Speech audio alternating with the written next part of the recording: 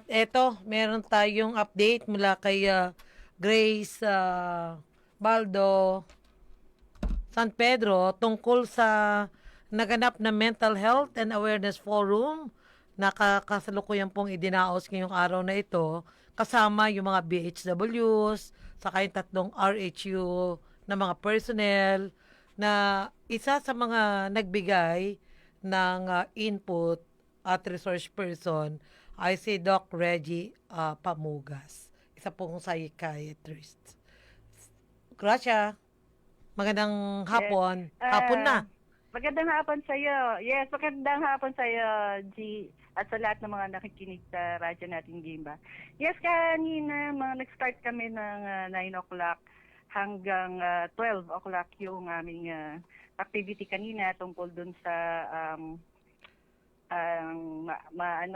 yung sa problema sa atin sa community tungkol sa mental health and wellness.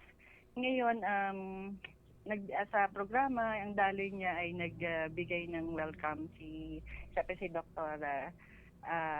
Jenny Tadeo na naging parte doon sa pag-aayos ng ating activity at siyempre doon sa opisina ni Mayor Doc Lito Galapon. At nagbigay din naman si Doc Lito si Mayor Lito Galapon ng kanyang short message tungkol sa mga BHW. At yung sabi nga niya, ito ay pang dahil sila ang nasa baba o nasa barangay, sila ang unang nakakaalam kung ano ang sitwasyon doon at lalo na tungkol sa mental health problem dyan sa ating barangay. At inassure niya yung ang mga BHW na kanyang full support sa mga kailangan nila at saka kung ano man yung pwede sabihin sa kanila o magsabi lang siya sa kanya kung ano yung kanilang mga problema para dun sa barangay. Kaya ramdam naman ng mga BHW yung full support ni Mayor sa kanila. At Kumusta tapos naman yung diniscuss naging forum? Ano naman yung mga naging tanong o yes, comment ng mga participants at sa ating yes, ang participant. resource Kasi person?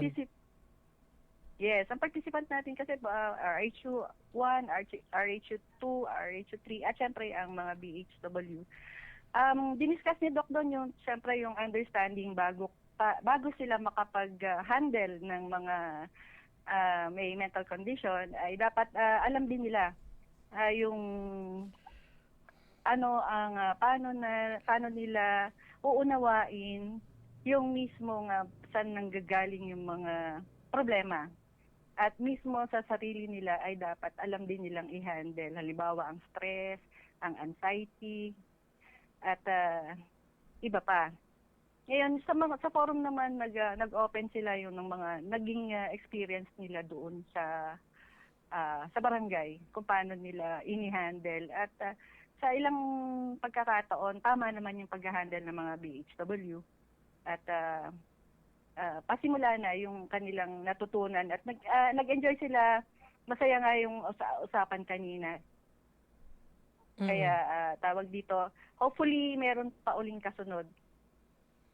Oo. Ilan nga yung naging participants? Umabot ng Ang participants 100 plus 64 each barrio, 64 barangay ay may isang participant. Tapos yung staff na ng RHU, andun sila Doc Oo. Opa, siyempre andun si Doc Jenny Tadeo. Oo.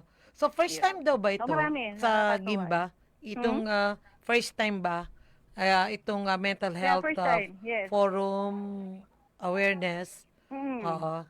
Yes, first time. First time dito na naganap 'yon at ito ay sa e-library nating binanap at sabi nga sana ay masundan pa dahil sa kanilang mga reaction natuwa sila at nabigyan sila ng mga impormasyon tungkol sa mental health. At next naman ay syempre yung mas higher level ng parang activity or seminar tungkol Mm-mm. naman sa Oo. pag-handle ng mga mental health ah, patient. Oo Ganyan. nga. So, kaya pang Yun, ngayon ihabol. nandito na, Oo, kaya pang ihabol ano alin? yung kasi kung sa atin 'yan matagal lang gumulong yung ano yung mental Mm. health awareness. Kaya lang syempre very limited lamang nagagawa nung Combis, ng radyo natin Gimba, Mhm. batay lang sa kakayanan natin. Ngayon yung nangyaring partnership with LGU and Combis Mhm. ay mas malawak-lawak yung kayang abutin. Yes. Oo. So, lalo Kaya pa mas kung dahil siyempre na, all out support si Mayor Doc Lito Galapon. yes. Mm. At ramdam naman natin yung all-out support niya. So, hopefully talagang mag-continue. Sabi nga ni Doc Reggie kanina, yung ating speaker, uh, napakaganda ng response at hopefully may isang level uli na masagawa tayo. Sige. Tapos G, presently nandito kami ngayon sa Balingog East. Ito. Nag-community na Kasi kayo, dire-diretso after may nung nasa community forum. na kami. Mm. Lunch dito nagbigay kay Kapitana, and then pupunta na kami doon sa sa mga patient. Although Oo. may isa dito na pupunta dito sa atin dito sa Barangay Hall. Ayan, Okay. ganun muna yung aming ah, activity dito. Okay. Sige, pakinggan nga Mm. natin muna yung unahin na natin si Doktora Tadeo. Oo, tsaka si yung partner diyan na naging katuwang nila Grace sa preparation ng mental health forum. Ah, oo. Tapos meron ding statement diyan si Mayor Doc Lito Galapon. Parinig natin. Na informally ay meron tayong partnership with community visions initiatives of Nueva Ecija at radyo natin Gimba. So hindi ko na po pahabahin to. So sana nga maging maganda at ang ating LGU ay dito pati mahal na mayor na makikipagtulungan po ang LGU, lalo-lalo na po ang Municipal Health Office, kung ano man po ang pwede namin maitulong or yun nga po, para ma-address po natin or ma-promote ang mental health awareness and wellness ng ating komunidad. So, maganda. Okay. Na-encounter sa hirap ng buhay, doon nagkaroon ng mental illness. Kaya nga pagka meron ng mga barangay na medyo maraming problema ng isip, ano ninyo? Bagas ng pagsabihan ninyo, bigyan nyo sila ng aral, pang-aralan, para medyo ma-at-ease ang kanyang pag-iisip. Di ba? Kaya kalamihan kasi yan, sa dami, isa papayat siya, dahil sa dami ng isip. Ako naman, sa dami ng isip ko, lalo ako tumataba. Ganun yun eh. Basta ang importante, maging maayos tayo, maging malusog ng ating katawan pag-iisip para maging madami ang ating buhay. Pwede po ba? Ito lang naman yun. At yung Combis, ayun, naalala ko yung Combis. Alam niyo po may Combis. Matagal na akong panahon, 1990s pa yung tinatak ko eh. Hindi pa tao kung siya nung araw. Hindi pa ano?